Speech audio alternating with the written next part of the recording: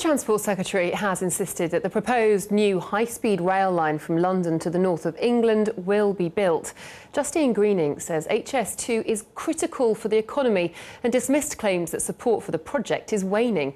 Gareth Furby has been getting reaction from people whose homes will be affected by HS2.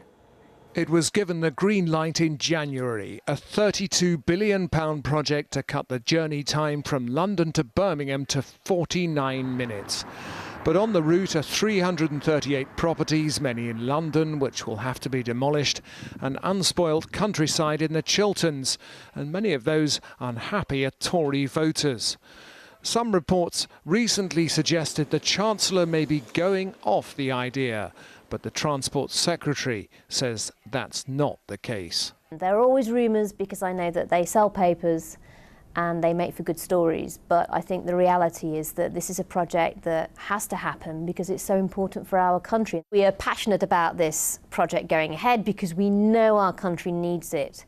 Labour should have cracked on with this years before it got round to doing it. They didn't, but we are.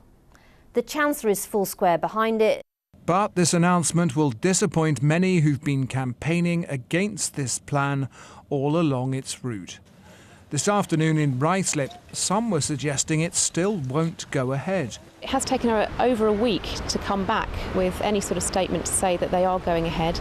I don't think she sounded particularly confident. I think she sounded like she was trying to convince herself and others. Her body language this morning on the BBC was appalling. She didn't believe it herself.